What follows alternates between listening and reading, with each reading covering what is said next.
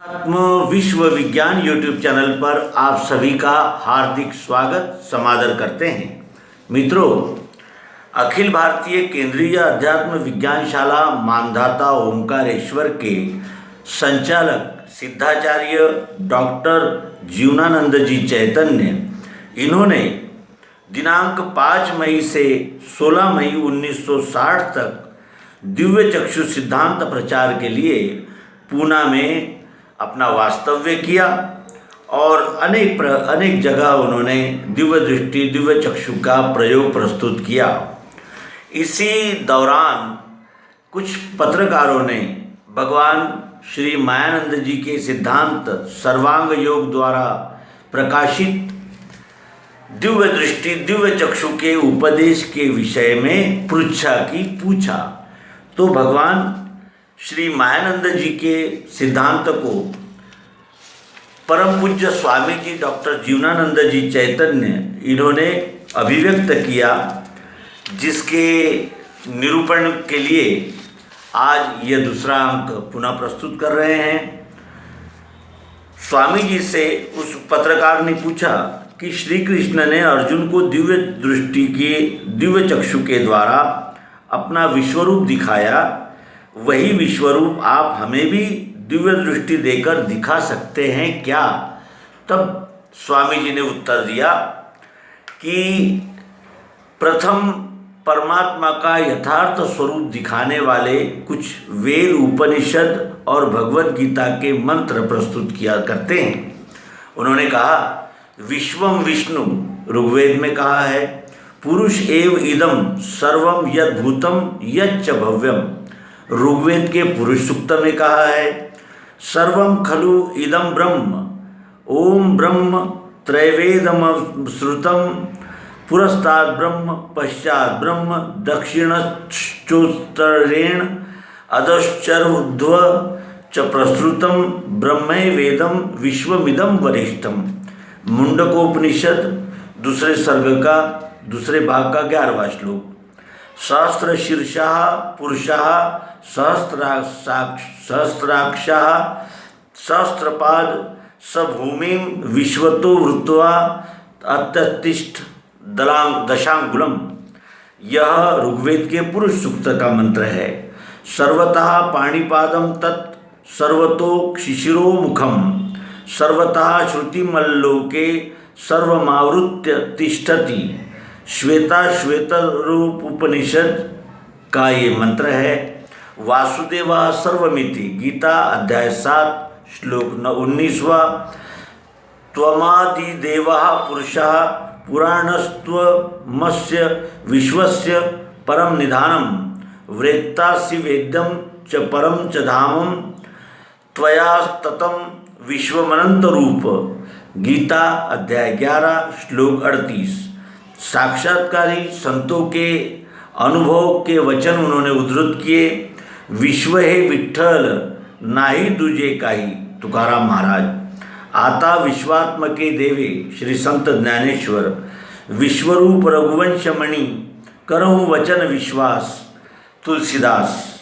ऐसा ज्याचा अनुभव विश्वदेव सत्यत्वे, देवतया जवळ वसे पाप नाशे दर्शने। विश्वात्मका विश्वंभरा विश्वतारका विश्वेश्वरा विश्वैक सुंदरा श्री कृष्णा।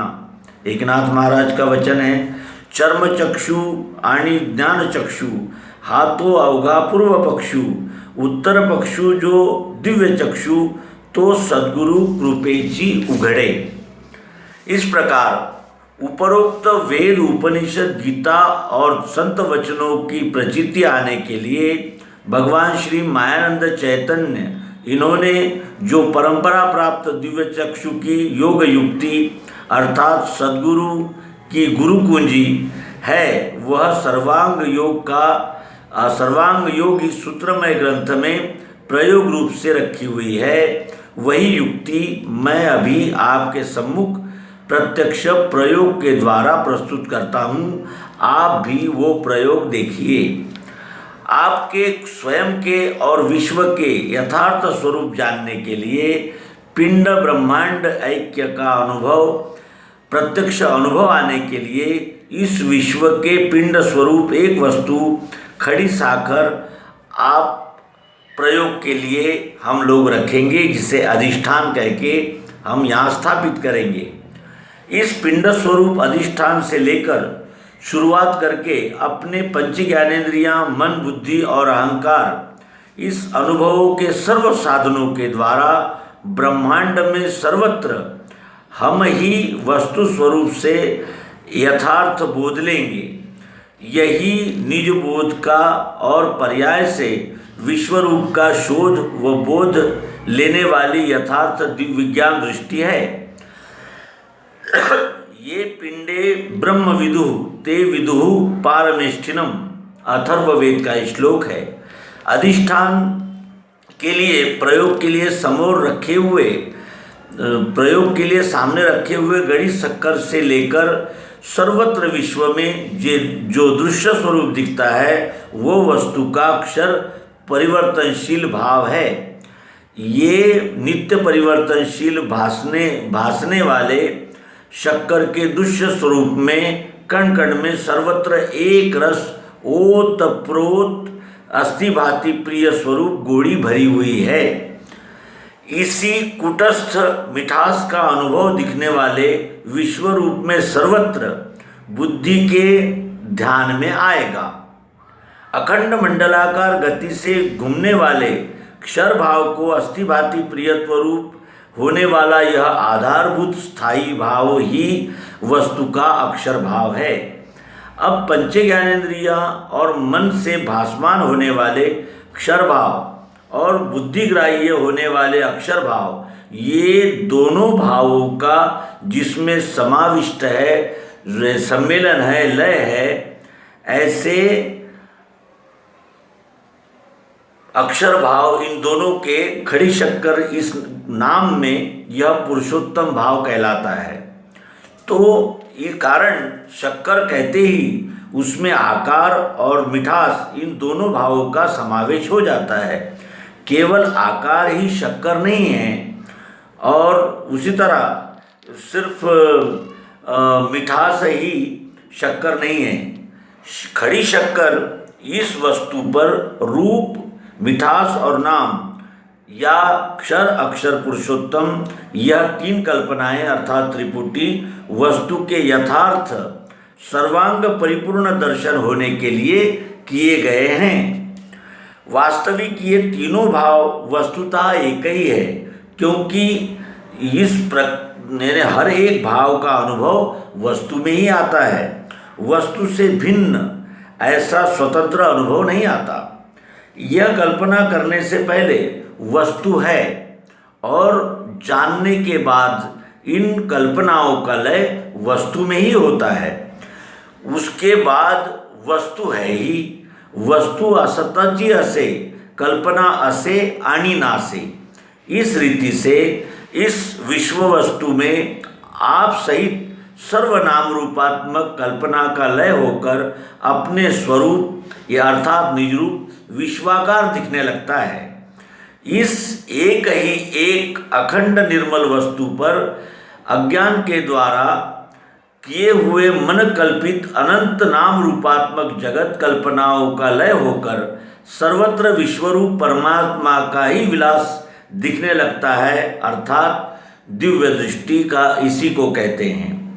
विश्वरूप अनादि शाश्वत स्वयंभू स्वयं प्रकाश और अखंड रहने की वजह से उससे मिलने वाला आनंद, तृप्ति, शांति, समाधान भी अखंड ही रहता है।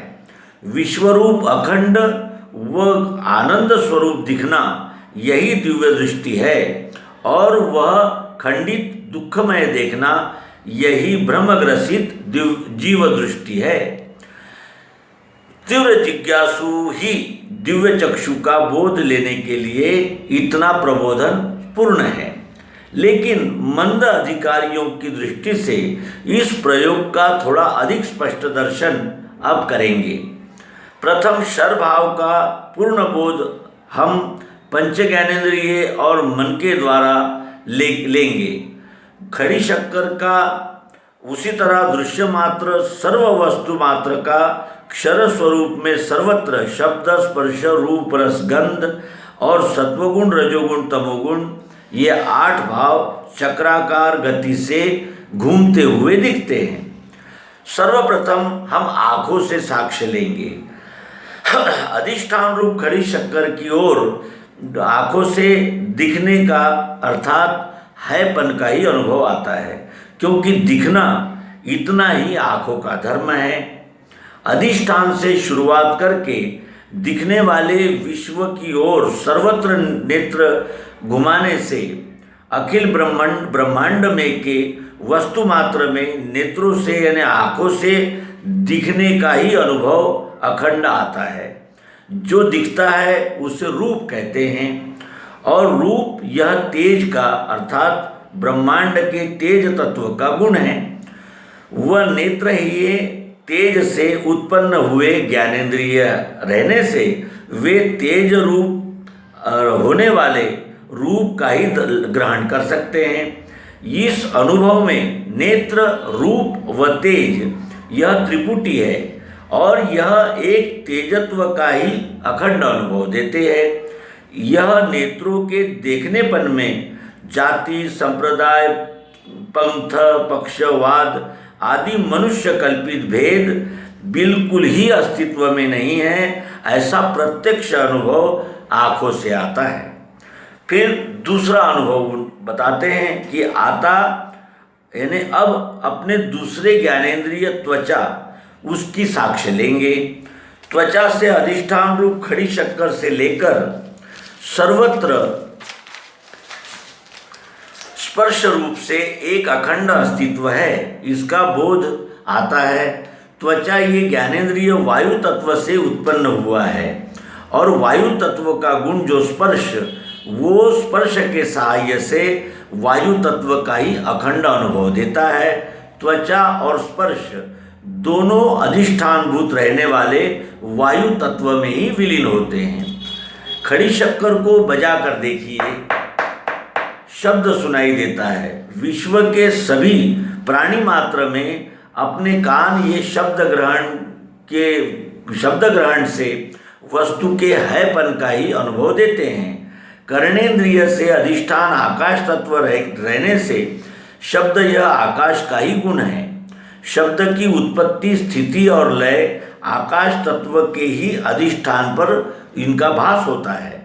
इसलिए कर्णेंद्रिय यानी कान, शब्द और आकाश ऐसी त्रिपुटी एक ही आकाश तत्व की रहने से कान ये शब्द रूप आकाश तत्व का ही अखंड अनुभव देते हैं। उसके अनंतर जिह्वा से खड़ी शक्कर चक्कर देखिए, उसमें रस है, ये समझ में आता है। उसी तरह विश्व में के सभी वस्तु मात्र में अपने जिह्वा को रस रूप से सर्वत्र जल तत्व का ही अनुभव आता है। जिह्वा रस और जल तत्व ऐसा त्रिपुटी रूप से एक जल तत्व का ही विलास चल रहा है, यह अनुभव में आता है। अब खड़ी शक्कर नाक के पास ले जाकर उसका गंध लीजिए। विशिष्ट प्रकार का गंध नाक के अनुभव में आता है। उसी तरह विश्व के सभी वस्तु मात्र में कम अधिक प्रमाण में अनंत प्रकार का गंध है, ऐसा नाक से समझ में आता है। घ्राणेन्द्रिय अर्थात नाक यह पृथ्वी तत्व से निर्माण हुआ है, और गंध यह पृथ्वी तत्व का ही गुण है, अर्थात पृथ्वी नाक और गंध यह त्रिपुटी है। और कान भी गंध रूप से एक ही अखंड अस्तित्व का ही हमको बोध करा रहे हैं। इस तरह से खड़ी शक्कर यह अधिष्ठान रूप वस्तु के क्षर भाव में निरीक्षण में आने वाली जीवों की पंच ज्ञानेन्द्रियाँ उस वस्तु के पंच तत्वों में अर्थात ब्रह्मांड में के पंच महाभूत में एक रूप हो जाती है।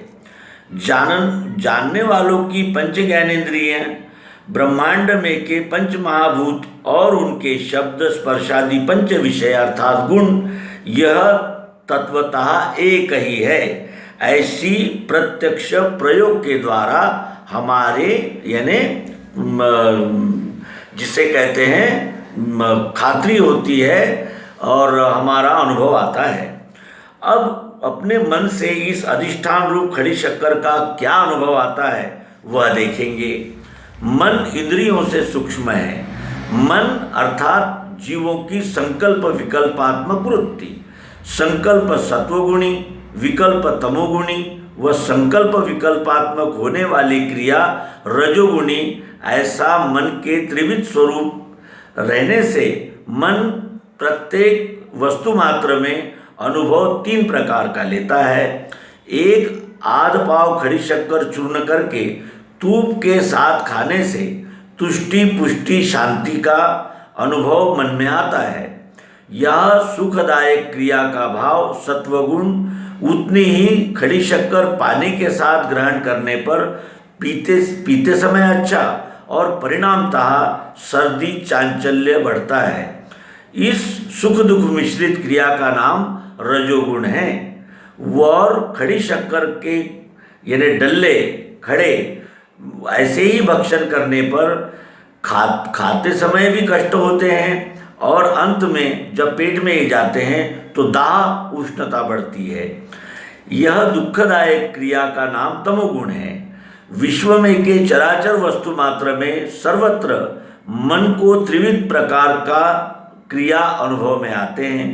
सुखदायक क्रिया, सुख दुख मिश्रित क्रिया व दुखदायक क्रिया, यह त्रिगुण अणु से लेकर ब्रह्मांड तक सर्वत्र अनुभव में आते हैं। अब तक हमने पंच ज्ञानेंद्रियाँ और मन के द्वारा दिखने वाले क्षर स्वरूप में शब्द स्पर्श रूप रस और गंध, आकाश वायु अग्नि जल और पृथ्वी यह स्थूल पंचतत्व और सत्व रजतम यह सूक्ष्म त्रिगुण, ऐसे 8 भाव एक ही विश्वरूप अखंड वस्तु पर देखे। अब इन 8 भावों का जहाँ अभिन्न लय रहता है उसे साम्यावस्था कहते हैं।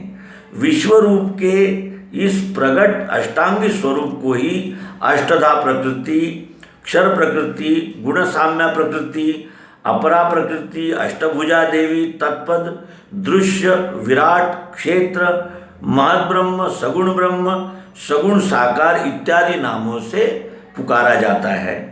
मनुष्य प्राणी यह अपने सामने खड़े उपस्थित हुए विश्वरूप चराचर में से अन्न रूप से ग्रहण करके ही अपनी चेतनता यानी रख सकते हैं और चेतनता का अनुभव ले सकते हैं। अन्नात् भवन्ति भूतानि, इस सिद्धांत के अनुसार सजीवों ने अन्न ग्रहण करने के बाद अन्न में बीज रूप से विद्यमान रहने वाले सत्वगुण, रजोगुण और तमोगुण, इन त्रिगुणों का अनुक्रम से कफ, वात और पित्त इन सूक्ष्म स्वरूप में रूपांतर होता है और उसी का आगे चलकर मन रजोगुणी, बुद्धि सत्वगुणी व अहंकार तमोगुणी इस वृक्ष रूप में प्रगटीकरण होकर वे कार्य करने लगते हैं। इस रीति से सजीव निर्जीव, जड़ चेतन, बीज वृक्ष, स्थूल सूक्ष्म, कार्य कारण इनका अन्योन्य सापेक्ष संबंध है। जड़ चेतन अथवा सजीव निर्जीव का भेद चर्म चक्षु को अर्थात अज्ञान दृष्टि को ही दिखता है। विज्ञान दृष्टि से तो वो यानी लय को प्राप्त होता है। सर्वत्र चैतन्य का ही अनुभव आता है। रज, सत्व और तम इन त्रिगुणों के त्रिविध शक्ति की वजह से अनुक्रम से जन्म, जीवन, मृत्यु अथवा उत्पत्ति, स्थिति और लय इस त्रिपुटी के द्वारा विश्वरूप परमात्मा के क्षर भाव की अखंड लीला प्रचिति में आती है। अब अधिष्ठान रूप रहने वाले खड़ी शक्कर में बुद्धि को क्या अनुभव आता है ये देखेंगे। बुद्धि का कार्य निश्चय करने का रहने से बुद्धि में प्रत्यक्ष प्रयोग करके यह अनुभव दिया कि खड़ी शक्कर के दृश्य स्वरूप क्षण क्षण में सरीखे बदलते हुए भी उसमें अस्थि भांति प्रियत्व रूप से ठोस अर्थात कुटस्थ भरी हुई मिठास सदैव यानी हमेशा कायम ही रहती है। वह अव्यय, शाश्वत व अपरिवर्तनशील है। अखंड मंडलाकार क्षर गति का आधार रहने वाली यह अस्थिभाति प्रियत्व रूप मिठास, अर्थात जबान की मिठास नहीं, ये ही सत्य है, ऐसी गवाही अपने को बुद्धि देती है और उसी को आत्मा, ईश्वर, अक्षर पुरुष, अक्षर ब्रह्म, परा प्रकृति, निर्गुण निराकार ब्रह्म अथवा त्वम पद इत्यादि नामों से जाना जाता है। यह अक्षर भाव क्षर से श्रेष्ठ है, फिर भी वो भी बुद्धि के अनुभव के कक्षा में आने वाले विश्वरूप का एक अंग ही है, संपूर्ण विश्व वस्तु नहीं है। अक्षर अर्थात क्षर प्रकृति का सापेक्ष ऐसा पुरुष कल्पना ही है, क्योंकि उसका अनुभव यह सगुण साकार स्वरूप में ही आता है। स्वतंत्र रीति से उसका अनुभव किसी को आना संभव नहीं है। गोडी आणि गुळू, कर्पूर आणि परिमळू, निवडताची निवाडू पांगुळा होवे। स्वानुभव ऐसा है कि ये सापेक्ष भाव एक दूसरे से अलग कर ही नहीं सकते। न क्षणम वियोगो हेशाम न त्यजंती परस्परम। अब इस स्थान पर जानने वाले का सूक्ष्म अहंकार जो मैं, उसे सद्गुरु फिर अधिष्ठान पर ही प्रयोग करके अंतिम सत्य का निर्णय करने को कहते हैं। सद्गुरु कहते हैं कि वस्तु का सच्चा स्वरूप जानने के लिए तुम्हें अब एक युक्ति बताता हूँ, और वो युक्ति हम अगले अंक में प्रस्तुत कर रहे हैं। क्रमशः। धन्यवाद। नर्मदे।